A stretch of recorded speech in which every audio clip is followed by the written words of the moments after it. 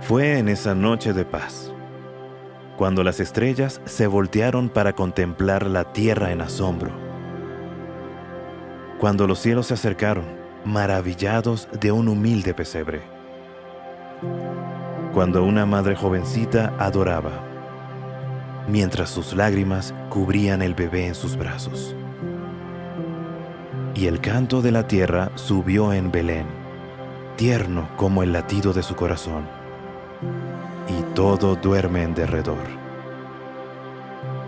¿Acaso este es el mismo Dios de Abraham, el conquistador de Israel?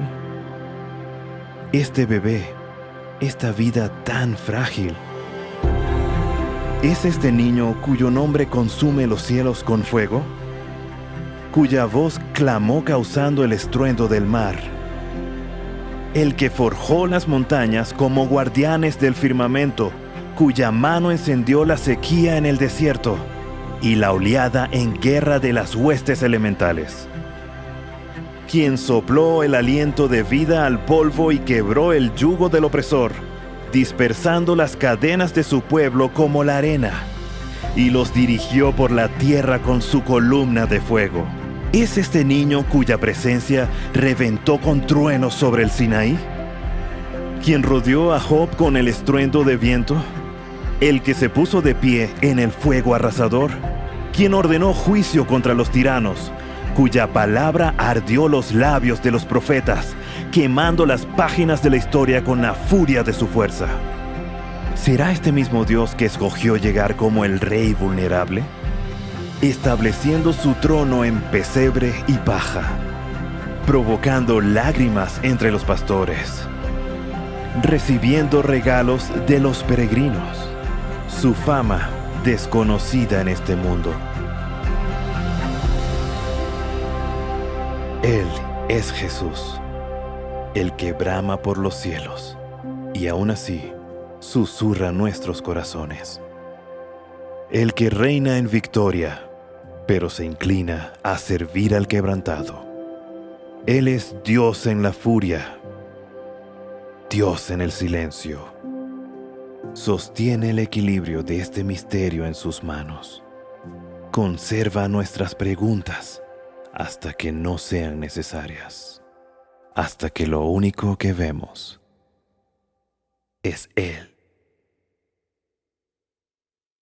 Dios les bendiga en este día. Le damos gracias a Dios por una nueva oportunidad que nos da de compartir la palabra del Señor. Y hoy quiero invitarlos a buscar en el libro de Deuteronomio, capítulo 11, versículos 8 al 12. Vamos a hablar de las bendiciones para el próximo año. Bendiciones para el próximo año, dice Deuteronomio 11, 8 al 12 de la manera siguiente. Guarden pues todos los mandamientos que yo les prescribo hoy para que sean fortalecidos y entren y posean la tierra a la cual pasan para tomarla, y para que les sean prolongados los días sobre la tierra, de la cual juró Jehová a sus padres que había de darla a ellos y a su descendencia, tierra que fluye leche y miel. La tierra a la cual entran para tomarla no es como la tierra de Egipto de donde han salido, donde sembrabas tu semilla y regabas con tu pie como huerto de hortaliza. La tierra a la cual pasan para tomarla es tierra de montes y de vegas, que bebe las aguas de la lluvia del cielo, tierra de la cual Jehová tu Dios cuida. Siempre están sobre ella los ojos de Jehová tu Dios, desde el principio del año hasta el fin. Deuteronomio capítulo 11 concluye la exhortación de Moisés a Israel. Esta exhortación comenzó con la repetición de los 10 mandamientos en el capítulo 5, versículos 1 al 22. Eso es lo que significa el nombre Deuteronomio. Deuteronomio es una palabra griega que significa repetición de la ley o segunda ley. Es Moisés repitiendo los mandamientos a esta nueva generación que ahora se ha levantado después de la muerte de los padres de estos que ahora son los descendientes que van a entrar en la tierra prometida. Esta exhortación sirve como fondo histórico para entonces introducir lo que falta de las leyes de el Deuteronomio en los capítulos 12 al 28. Esta exhortación también proveyó para que Israel, lo que Israel necesitaba para vivir en la tierra prometida. En este capítulo Moisés repite los eventos del Éxodo para declarar a esta nueva generación la desobediencia de sus padres y que esa desobediencia tenía consecuencias y traía el juicio de Dios sobre la nación. En primer lugar, Moisés termina su exhortación de amar a Jehová y obedecer sus mandamientos, apelando al pasado para hablar directamente a esta nueva generación de israelitas que se preparaban para entrar en Canaán. Este grupo había sido testigo de cómo Dios disciplinó al pueblo que había salido de Egipto. El pueblo que había salido de Egipto pereció en el desierto y solamente sus hijos, aquellos que tenían menos de 20 años de edad y aquellos que habían nacido en el desierto durante los 40 años de peregrinación, eran los que iban entonces a heredar la tierra que Dios había prometido darle a los descendientes de Abraham. En segundo lugar, Moisés declara que esa presente generación, la que había presenciado los hechos de Dios, los milagros de Dios, lo que Dios había hecho, era la que iba a recibir la bendición que Dios había prometido entonces a sus antepasados, según Deuteronomio, el versículo 7. En Deuteronomio 5:3, Moisés había enfatizado que la presente generación era ahora responsable delante de Dios. El doble énfasis en el versículo 2 y en el versículo 7, donde dice ustedes, y el versículo 7 dice sus ojos, sirve como una exhortación al pueblo para aprender de su pasado, para que eviten la disciplina de Dios. Israel tenía que ser un pueblo obediente. Yo también le quiero recordar a usted, nosotros necesitamos ser obedientes a Dios. La obediencia es una marca importante en los hijos de Dios, en todo aquel que quiera buscar a Dios de todo corazón, necesita ser obediente. En tercer lugar, Moisés le declara al pueblo que la tierra que ellos iban a heredar de la mano de Dios no era como la tierra de Egipto. La tierra de Egipto era como un huerto de hortalizas, según el versículo 10, una tierra que producía abundante cosecha. La tierra de Egipto dependía de la inundación del río Nilo para mantener su fertilidad y para producir abundante cosecha. Ahora, la producción de esa cosecha era anual y requería mucho trabajo. Y para mantener esa abundancia, todos los años Egipto necesitaba el trabajo de los esclavos. Los trabajadores del campo usaban sus pies para regar la tierra, según el versículo 10 que leímos hace un momento. La declaración de que los trabajadores regaban la tierra con sus pies no es muy clara, no hay una explicación muy clara, y el significado de esa expresión no se puede dar de una manera definitiva, una definición clara, absoluta, completa o precisa. Pero la idea de que Moisés quería presentarle al pueblo era bien clara. Mientras que la tierra de Egipto era regada por el río Nilo y por el trabajo de los esclavos, la tierra de Canaán iba a recibir su fertilidad directamente de la lluvia que Dios iba a enviarles a ellos, según el versículo 11. La lluvia temprana, según el versículo 14, venía en el otoño durante los meses de octubre y noviembre y continuaba durante todo el invierno. Este ritmo cíclico de la lluvia ayudaba al pueblo a mantener un calendario constante para la cosecha. La siembra se hacía en otoño y la cosecha se realizaba en la primavera. Entonces, eso lo que nos enseña es que Ellos iban a depender totalmente de Dios, de la lluvia que Dios iba a enviar para que ellos pudieran sembrar y cosechar. Nosotros también necesitamos depender de Dios. Debemos confiar en Él. Si somos obedientes, vamos a poder recibir de Dios sus bendiciones. Fíjense que ellos tenían que esperar que Dios enviara la lluvia. Tenían que depender directamente, completamente de Dios. Esa es la enseñanza de este pasaje y de esta porción de la Escritura. Usted y yo tenemos que aprender en este nuevo año que está por comenzar a depender de Dios. Tenemos que aprenderlo. Primero, ser obedientes a Dios, seguir su palabra, obedecer lo que Él nos enseña en su palabra y luego depender de Él. Si nosotros somos obedientes a nuestro Dios, entonces vamos a poder de verdad recibir la bendición que Él tiene para nosotros. Dice el versículo 11 que Canaán era una tierra de montes y de valles. Es decir, que Israel no podía usar los métodos egipcios para regar la tierra. Tenían que depender de la lluvia que Dios enviaría regularmente. Y esa dependencia de las lluvias tempranas y tardías era para probar la fe de Israel. Fe.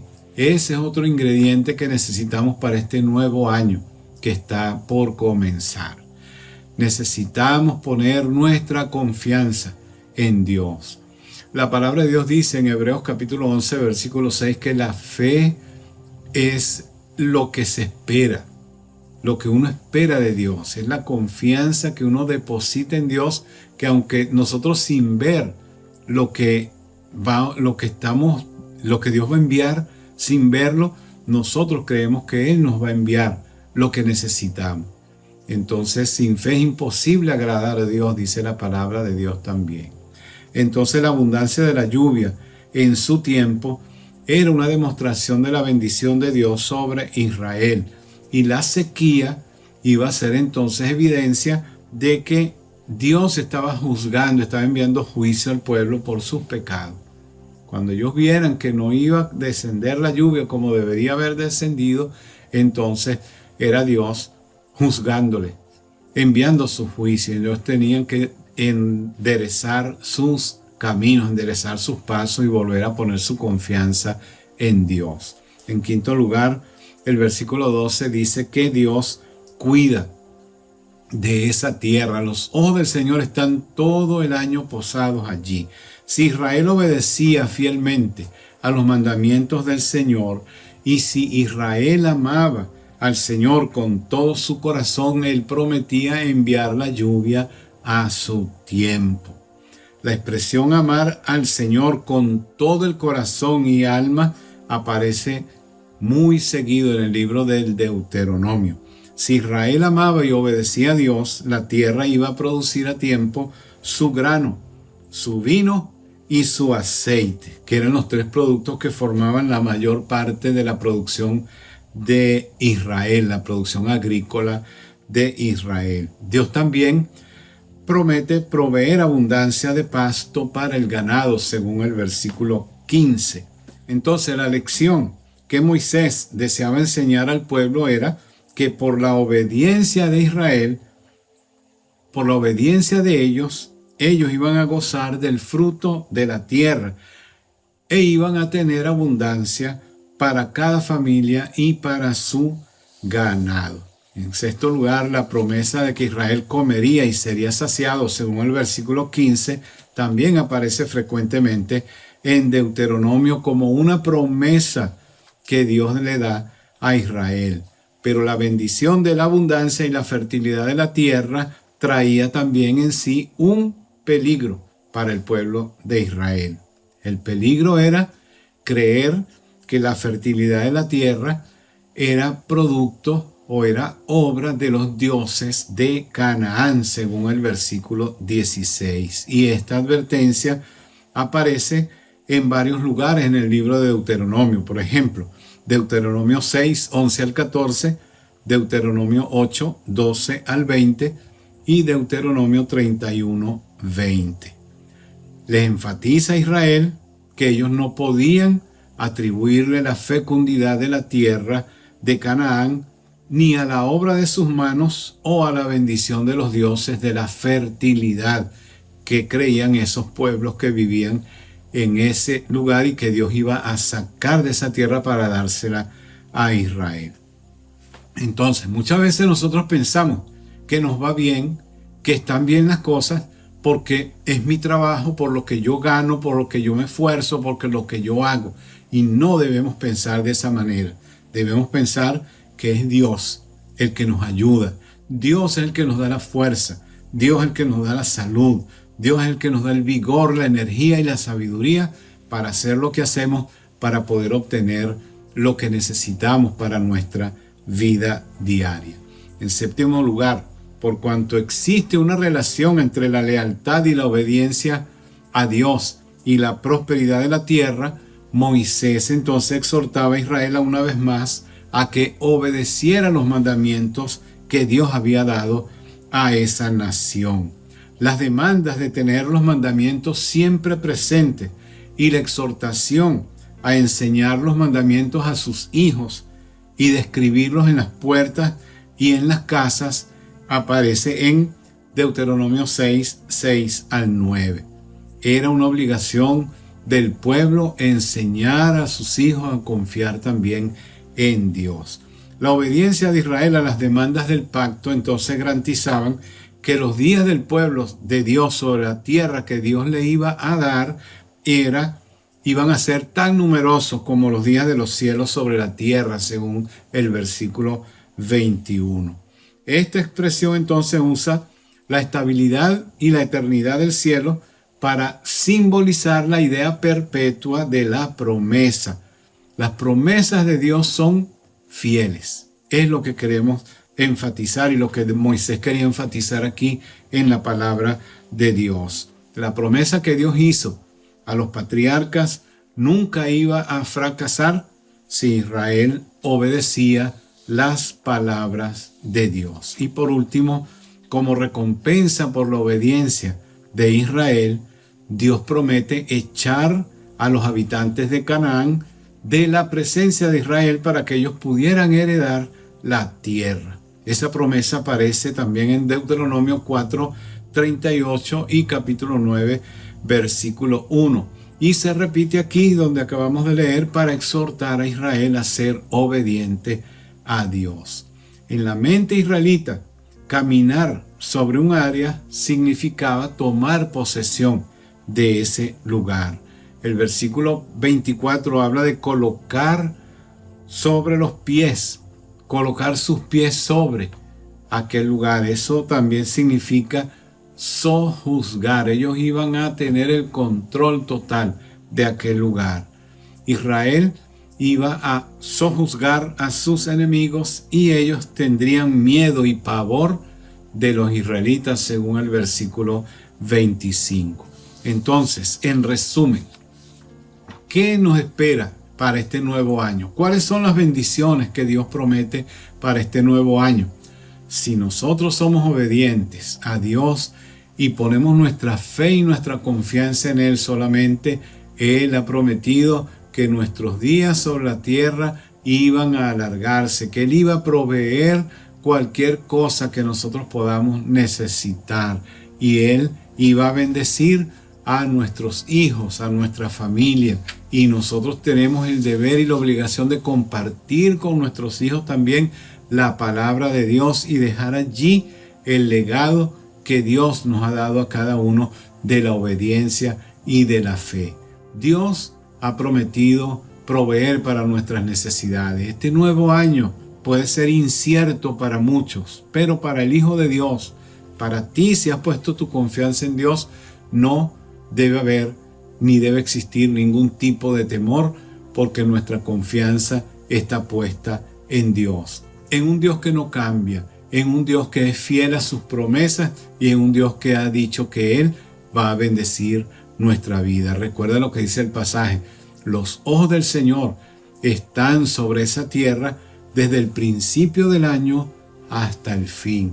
Igualmente, los ojos de Dios estarán sobre este nuevo año, sobre tu vida, sobre la de tu familia, desde el principio del año hasta el fin. Obedece al Señor, deposita tu fe y tu confianza en Él y Él no te va a fallar nunca. La bendición de Dios va a venir sobre ti en la medida que tú obedeces y confías en el Señor. ¿No tienes fe? ¿No has obedecido a Dios? ¿Te sientes que estás separado de Dios? Yo te invito a que hoy le entregues tu vida a Él. Dile al Señor de esta manera: Señor, reconozco que soy un pecador y te necesito. Y en este momento te abro mi corazón. Este nuevo año es incierto de verdad para mí y yo quiero poner mi confianza en ti para que cada día que yo pueda vivir, tus ojos estén sobre mi vida y sobre la de mi familia. Bendícenos, Señor.